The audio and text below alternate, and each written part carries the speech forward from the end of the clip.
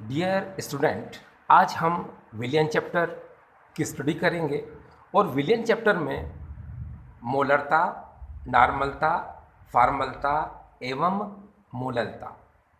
एक बार फिर से देखिए, मोलरता, नॉर्मलता, फॉर्मलता एवं मोललता, इन चारों का अध्ययन करेंगे। ठीक है। अब इन चारों को हम विस्तार पूर्वक समझने के लिए हम यहाँ इस ट्रिक का उपयोग करेंगे। इस ट्रिक में आप देख सकते हैं मुल्ला, नवाज, फालतू, मरे, काजी, सोलवे 1 लीटर में स्विस नहीं गए। अब इसे हम व्यवस्थित कैसे करेंगे? तो देखिए, मुल्ला, नवाज, फालतू, मरे। एक बार फिर से देखिए, मुल्ला, नवाज, फालतू, मरे, मुल्ला, नवाज, फालतू, मरे। ठीक। काजी, सोलवे 1 लीटर में, तो हम यहाँ लिखेंगे काजी, सोलवे 1 लीटर में। यहाँ सब जगह लिखेंगे हम 1 लीटर, 1 लीटर, 1 लीटर। आपको पता है 1 लीटर क्या होता है? विलियन होता है। तो हम तीनों जगह पर क्या लिख देंगे? विलियन, विलियन, विलियन। ठीक। अब आगे क्या लिखा है इसमें? आगे लिखा है स्विस नहीं गए। तो हम स्विस जब लिखेंगे तो नीचे से लिखेंगे एस, और यहाँ लिखेंगे हम डब्ल्यू, और यहाँ लिखेंगे हम ई, और यहाँ लिखेंगे एस, स्विस। और अब देखिए, स्विस लिखने के बाद यहाँ लिखा हुआ है नहीं गए, यानी कि मना कर दिया। तो हम यहाँ क्या लिखेंगे? एन, यहाँ पर लिखेंगे एन, यहाँ पर लिखेंगे एन, और यहाँ पर भी लिखेंगे हम एन। ठीक है। अब देखिए, ज़्यादातर हम जो ट्रिक बनाते हैं वह इंग्लिश मीडियम को ध्यान में रख करके ही बनाते हैं। ठीक। लेकिन चाहे हम हिंदी मीडियम के स्टूडेंट हों, चाहे इंग्लिश मीडियम के स्टूडेंट हों, हम दोनों ही अच्छे से समझ सकते हैं। देखिए किस तरह, यहाँ पर एस एन, तो एस एन का मतलब होता है number of moles of solute. ये देखिए, number of moles of solute. ठीक। तो इसे हिंदी में कैसे लिखा जाएगा? विलेय के मोलों की संख्या, विलेय के मोलों की संख्या। ठीक।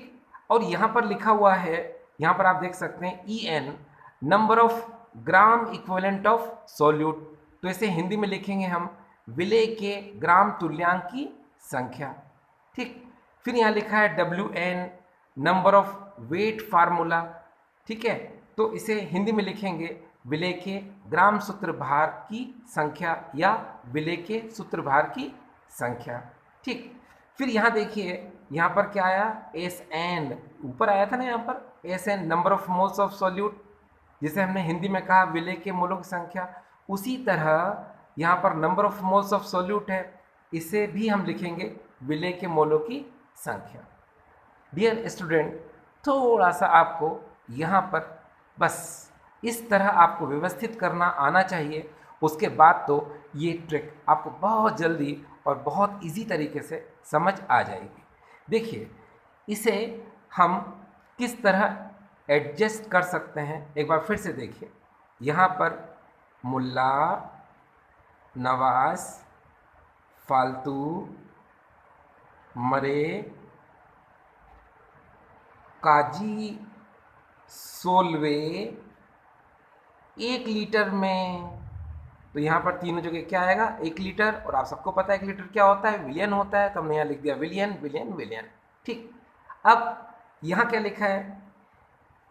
स्विस नहीं गए। तो हम नीचे से यहाँ से लिखेंगे Swiss, S W E S, Swiss. और यहाँ लिखा है नहीं गए, इन्हें मना कर दिया। तो हम यहाँ लिखेंगे एन, यहाँ पर भी लिखेंगे हम एन, यहाँ पर भी लिखेंगे एन, और यहाँ पर भी लिखेंगे एन। ठीक है।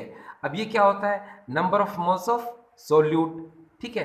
तो यहाँ पर भी क्या होगा? Number of moles of solute. अब देखिए, number of moles of solute का मीन होता है विलेय के मोलों की संख्या। ठीक है। तो यहाँ पर भी क्या होगा? विलेय के मोल की संख्या। ठीक। ई एन का मतलब होता है विलेय के ग्राम तुल्यांक की संख्या। ठीक है। एन का मतलब हमेशा क्या होता है? संख्या। तो ये हो जाएगा यहाँ पर विलेय के ग्राम तुल्यांक की संख्या। और डब्ल्यू एन का मतलब होता है विलेय के ग्राम सूत्र भार की संख्या या फिर विलेय के सूत्र भार की संख्या। ठीक, अब देखिए इस ट्रिक को हम समझने से पहले यहाँ पर एम की जगह पर हम लिखेंगे मोलरता, एन की जगह पे लिखेंगे नॉर्मलता, एफ की जगह पे लिखेंगे फॉर्मलता और स्मॉल एम की जगह पे लिखेंगे हम मोललता। ठीक, चलिए अब हम शुरुआत करते हैं सबसे पहले मोलरता से। अब देखिए मोलरता की परिभाषा किस प्रकार आती है, देखिए जरा। इसे हम सबसे पहले हम इसे बोलेंगे, फिर बाद में हम इसे बोलेंगे। ठीक है, देखिए 1 लीटर विलयन में उपस्थित विलेय के मोलों की संख्या को विलयन की मोलरता कहते हैं। इसे कैपिटल एम से दर्शाते हैं। फिर से देखिए 1 लीटर विलयन में उपस्थित विलेय के मोलों की संख्या को विलयन की मोलरता कहते हैं। इसे कैपिटल एम से दर्शाते हैं। नेक्स्ट, नॉर्मलता। 1 लीटर विलयन में उपस्थित विलेय के ग्राम तुल्यांक की संख्या को विलयन की नॉर्मलता कहते हैं। इसे कैपिटल एन से दर्शाते हैं। फिर से देखिए 1 लीटर विलयन में उपस्थित विलेय के ग्राम तुल्यांक की संख्या को विलयन की नॉर्मलता कहते हैं। इसे कैपिटल एन से दर्शाते हैं। ठीक, अब हम पढ़ेंगे फॉर्मलता। 1 लीटर विलयन में उपस्थित विलेय के ग्राम सूत्र भार की संख्या को विलयन की फॉर्मलता कहते हैं और इसे हम कैपिटल एफ से दर्शाते हैं। ठीक, अब यहाँ पर देखिए, यहाँ सोल्वे का मतलब होता है सॉल्वेंट और सॉल्वेंट का मतलब होता है विलायक। ठीक है, तो पहले मैं लिख देता हूँ यहाँ पर सॉल्वेंट। ठीक है, और सॉल्वेंट को जब आप लिखते हो तो एन टी के नीचे अंडरलाइन कर दो। और सॉल्वेंट का मतलब आपको पता है विलायक होता है और सॉल्यूट का मतलब विलेय होता है।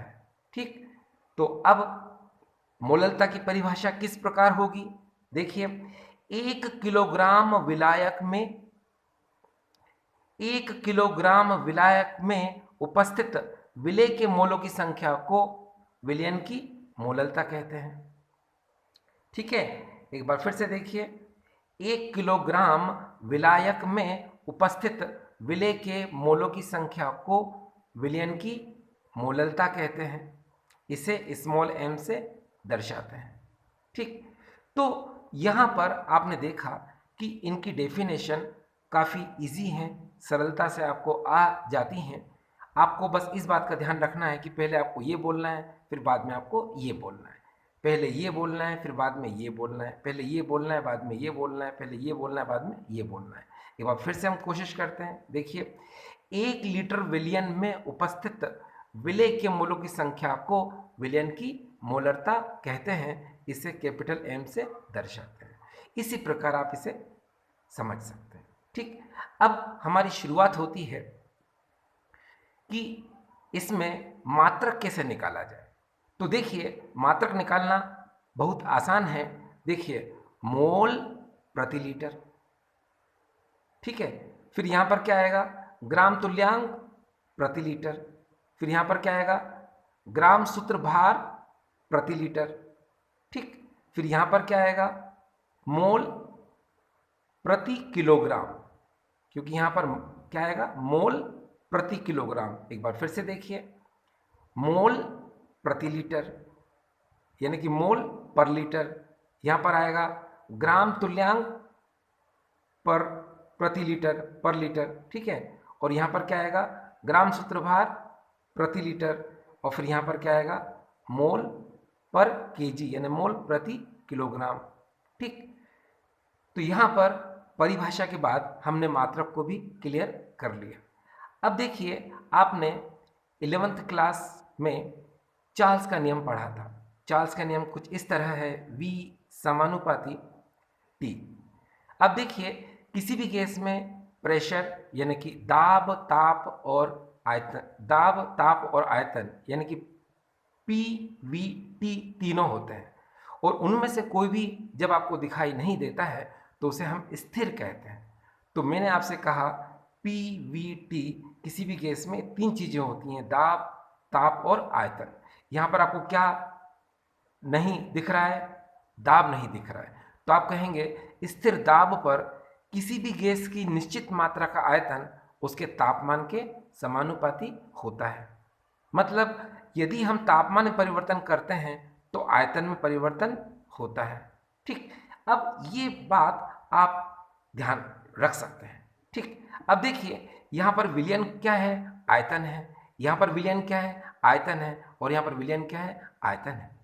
ठीक है, तो हम यह समझ सकते हैं कि यदि हम तापमान में परिवर्तन करते हैं तो मोलरता में भी परिवर्तन होता है। क्यों? क्योंकि तापमान परिवर्तन करने से आयतन परिवर्तित हो रहा है। ठीक, इसी तरह से नॉर्मलता को भी समझ सकते हैं।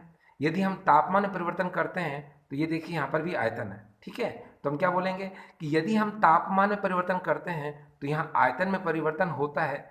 ठीक है, परिणाम स्वरूप नॉर्मलता में भी परिवर्तन होता है। यहाँ पर भी देखिए यदि हम तापमान में परिवर्तन करते हैं तो आयतन में परिवर्तन होता है। ठीक है, इसीलिए फॉर्मलता में परिवर्तन होता है। ठीक है, अब देखिए यहाँ आयतन, यहाँ आयतन, यहाँ आयतन, इसलिए तीनों में परिवर्तन हुआ। लेकिन आप देख सकते हैं यहाँ पर आयतन नहीं है।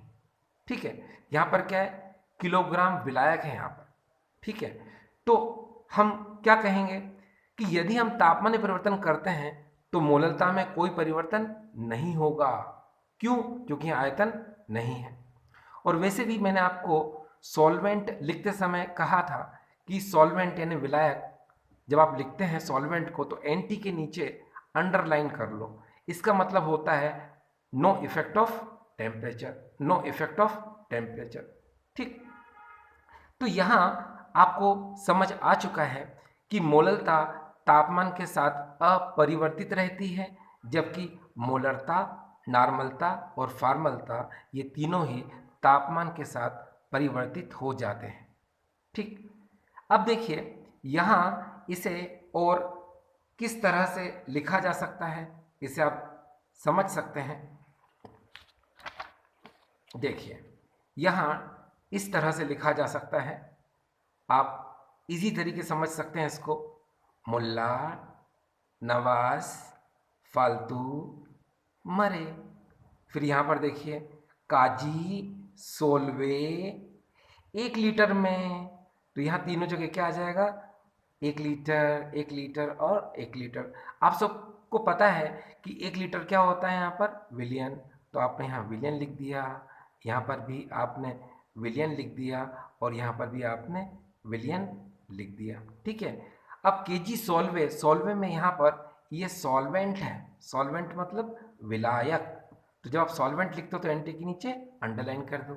ठीक है, अब क्या, एम का मतलब यहाँ पर क्या होता है, मोलरता, एन का मतलब नॉर्मलता, एफ का मतलब फॉर्मलता और एम का मतलब मोललता, लता यानी कि छोटा एम।